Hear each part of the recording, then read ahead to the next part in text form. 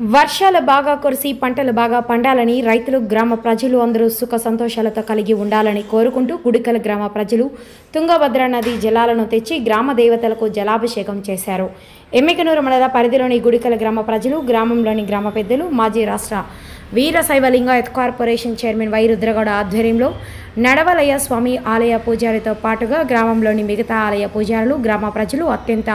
నియమ నిష్టలతోనూ భక్తి శ్రద్ధలతోనూ బాజా భజంత్రులతో భజన భక్తాదులతో కలిసి శ్రీ నడవలయ్య స్వామి ఉత్సవమూర్తిని పల్లకలో ఆశీనులు చేసి పాదయాత్రగా తుంగభద్ర నదికి బయలుదేరి వెళ్లి అక్కడ నిద్ర చేసిన మరుసటి రోజు వేకువజామున తుంగభద్ర నదిలో అర్చకులు భక్తి శ్రద్ధలతో స్నానం చేసి తుంగభద్ర నదికి గురుజాల గ్రామంలో వెలిసిన శ్రీ రామలింగేశ్వర స్వామికి ప్రత్యేక పూజలు చేసి అనంతరం మళ్లీ గుడికల గ్రామానికి పల్లకిని మోస్తూ ఆలయ అర్చకులు రాగి బిందెలలో నదీ జలాలను పాదయాత్రగా తీసుకుని గ్రామ సమీపంలోకి రాగానే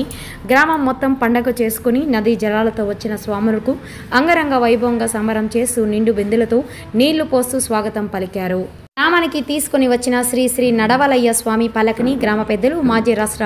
వీరశైవ Lingayat corporation chairman Y Rudragowda మోసి వారికి స్వాగతం పలికారు. అనంతరం ఆలయ అర్చకులతో పాటు తీసుకుని వచ్చిన నదీ జలాలతో గ్రామంలో వెలిసిన గ్రామ దేవతలకు జలాభిషేకం చేశారు. ఈ సందర్భంగా గ్రామస్తులు, గ్రామ పెద్దలు, మాజీ రాష్ట్ర Veerashaiva Lingayat corporation chairman Y Rudragowda మాట్లాడుతూ ప్రతి సంవత్సరం శ్రావణ మాసం చివరి వారంలో వర్షాలు బాగా కురిసి పంటలు బాగా పండి